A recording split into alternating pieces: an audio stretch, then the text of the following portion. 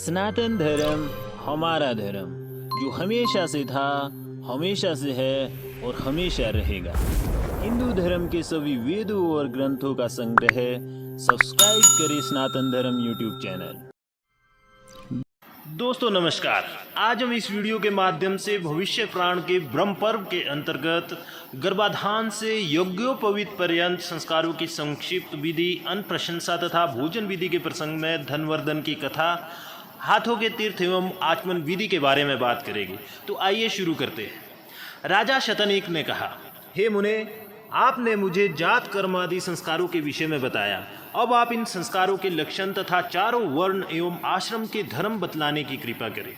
सुमंतु मुनि बोले, राजन, गर्भाधान, पुंसवन, सीमंतोनयन, जात कर्म, अन्नप्राशन, चूड़ा कर्म तथा यज्ञोपवीत आदि संस्कारों के करने से द्विजातियों के बीच संबंधी तथा गर्भ संबंधी सभी दोष निवृत्त हो जाते हैं। विद्याध्ययन, व्रत, होम, त्रैविद्य व्रत, देवर्षि पितृतर्पण, पुत्रोत्पादन, पंच महायज्ञ और ज्योतिष्टोमादि यज्ञों के द्वारा यह शरीर ब्रह्मा प्राप्ति के योग्य हो जाता है। अब इन संस्कारों की विधि को आप संक्षेप में सुने। पुरुष का जात कर्म संस्कार नाल छेदन से पहले किया जाता है। इसमें वेद मंत्रों के उच्चारण पूर्वक बालक को स्वर्ण, मधु और घृत का प्राशन कराया जाता है। 10वें दिन, 12वें दिन, 18वें दिन अथवा 1 मास पूरा होने पर शुभ तिथि, मुहूर्त और शुभ नक्षत्र में नामकरण संस्कार किया जाता है। ब्राह्मण का नाम मंगलवाचक रखना चाहिए, जैसे शिव शर्मा। क्षत्रिय का बलवाचक, जैसे इंद्र वर्मा। वैश्य का धनयुक्त, जैसे धनवर्धन। और शूद्र का भी यथाविधि देवदास आदि नाम रखना चाहिए।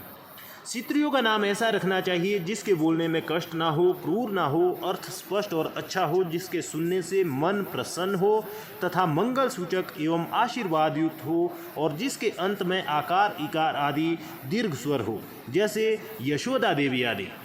जन्म से 12वें दिन अथवा चतुर्थ मास में बालक को घर से बाहर निकालना चाहिए, इसे निष्क्रमण कहते हैं। 6ठे मास में बालक का अन्नप्राशन संस्कार करना चाहिए। पहले या तीसरे वर्ष में मुंडन संस्कार करना चाहिए। गर्भ से 8वें वर्ष में, ब्राह्मण का 11वें वर्ष में, क्षत्रिय का 12वें वर्ष में, वैश्य का यज्ञोपवीत संस्कार करना चाहिए। परंतु ब्रह्मतेज की इच्छा वाला ब्राह्मण 5वें वर्ष में, बल की इच्छा वाला क्षत्रिय 6ठे वर्ष में और धन की कामना वाला वैश्य 8वें वर्ष में अपने अपने बालकों का उपनयन संस्कार संपन्न करे।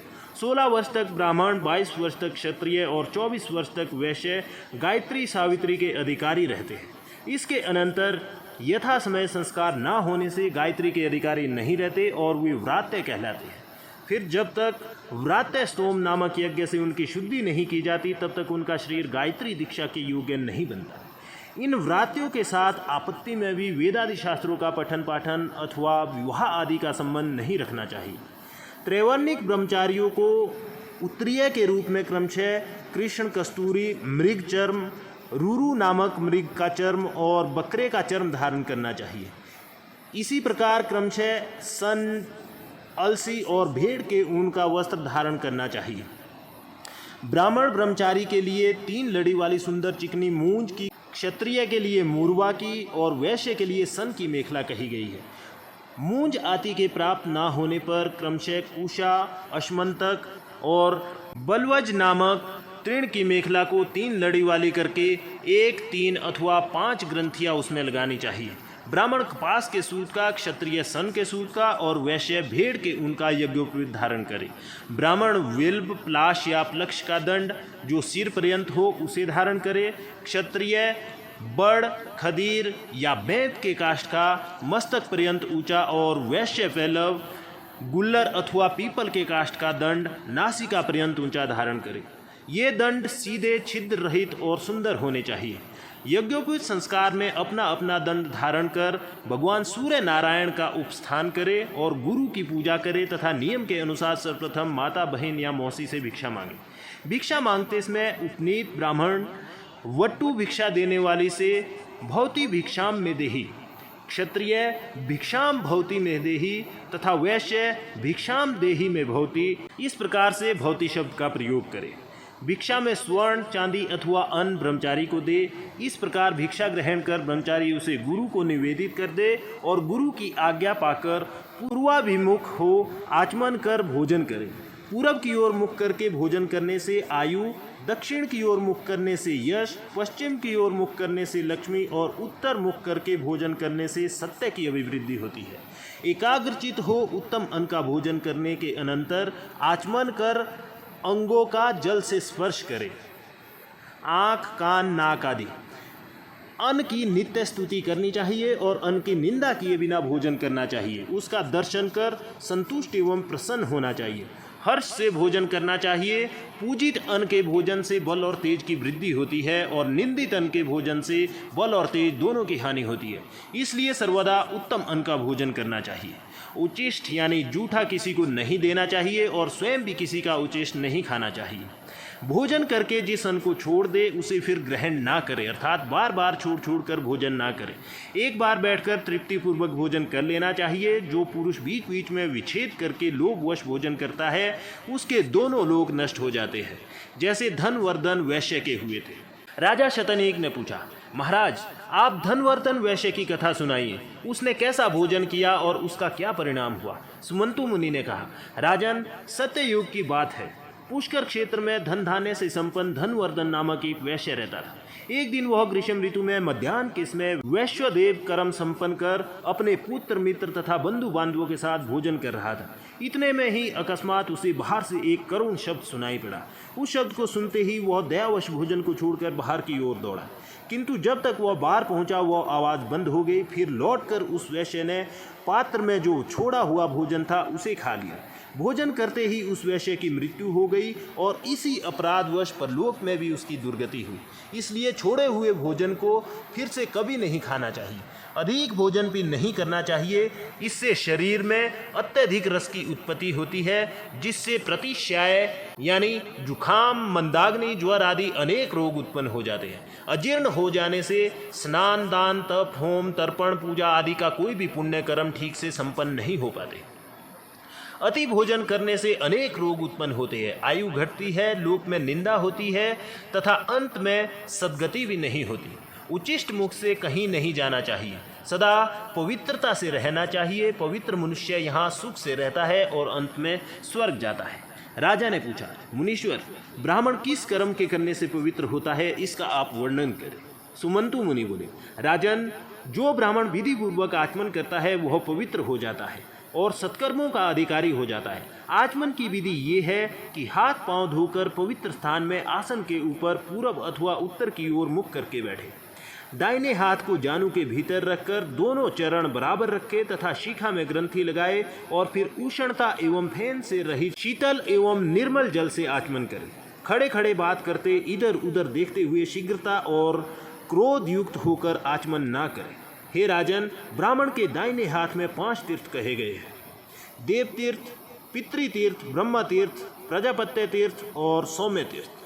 अब आप इनके लक्षणों को सुनिए। अंगूठे के मूल में ब्रह्म तीर्थ, कनिष्ठा के मूल में प्रजापत्य तीर्थ, अंगुलियों के अग्रभाग में देव तीर्थ, तर्जनी और अंगुष्ठ के बीच में पितृतीर्थ और हाथ के मध्य भाग में सौम्य तीर्थ कहा जाता है, जो देव कर्म में प्रशस्त माना गया है।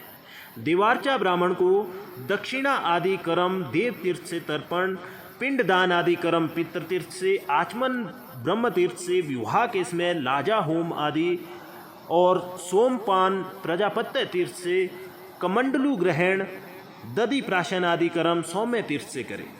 ब्रह्म तीर्थ से उपस्पर्शन सदा श्रेष्ठ माना गया है। अंगुलियों को मिलाकर एकाग्रचित हो पवित्र जल से बिना शब्द किए 3 बार आचमन करने से महान फल होता है और देवता प्रसन्न होते हैं। प्रथम आचमन से ऋग्वेद, द्वितीय से यजुर्वेद और तृतीय से सामवेद की तृप्ति होती है तथा आचमन करके जल युक्त दाहिने अंगूठे से मुख का स्पर्श करने से अथर्ववेद की तृप्ति होती है। ओष्ठ के मार्जन से इतिहास और पुराणों की तृप्ति होती है। मस्तक में अभिषेक करने से भगवान रुद्र प्रसन्न होते हैं। शिखा के स्पर्श से ऋषिगण, दोनों आंखों के स्पर्श से सूर्य, नासिका के स्पर्श से वायु, कानों के स्पर्श से दिशाएं, भुजा के स्पर्श से यम, कुबेर, वरुण, इंद्र तथा अग्निदेव तृप्त होते हैं। नाभि और प्राणों की ग्रंथियों के स्पर्श करने से सभी तृप्त हो जाते हैं। पैर धोने से विष्णु भगवान, भूमि में जल छोड़ने से वासुकी आदि नाग तथा बीच में जो जल बिंदु गिरते हैं उनसे 4 प्रकार के भूत ग्राम आदि की तृप्ति होती है। अंगुष्ठ और तर्जनी से नेत्र, अंगुष्ठ तथा अनामिका से नासिका, अंगुष्ठ एवं मध्यमा से मुख, अंगुष्ठ और कनिष्ठिका से कान, सब अंगुलियों से भुजाओं का, अंगुष्ठ से नाभि मंडल तथा सभी अंगुलियों से सिर का स्पर्श करना चाहिए। अंगुष्ठ अग्नि रूप है, तर्जनी वायु रूप, मध्यमा प्रजापति रूप, अनामिका सूर्य रूप और कनिष्ठिका इंद्र रूप है। इस विधि से ब्राह्मण के आचमन करने पर संपूर्ण जगत, देवता और लोग तृप्त हो जाते हैं। ब्राह्मण सदा पूजनीय है क्योंकि वह सर्वदेवमय है। ब्रह्म तीर्थ, प्रजापत्य तीर्थ अथवा देव तीर्थ से आचमन करे, परंतु पितृ तीर्थ से कभी भी आचमन नहीं करना चाहिए।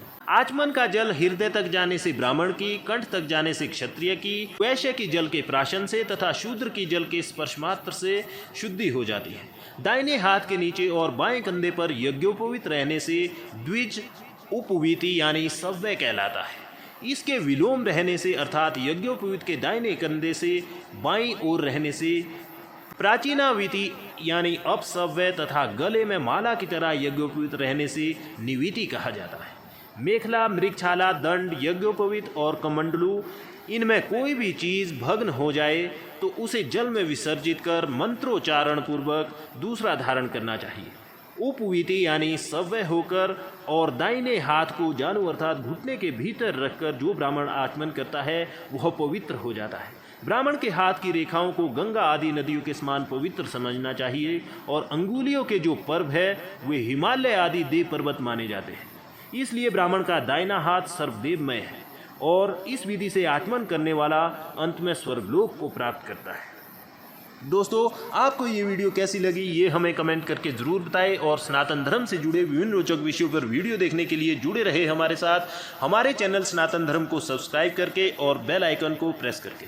तो मिलते हैं हमारी अगली वीडियो में, तब तक के लिए खुश रहे और स्वस्थ रहे। धन्यवाद। हिंदू धर्म के सभी वेदों और ग्रंथों का संग्रह सब्सक्राइब करें सनातन धर्म यूट्यूब चैनल।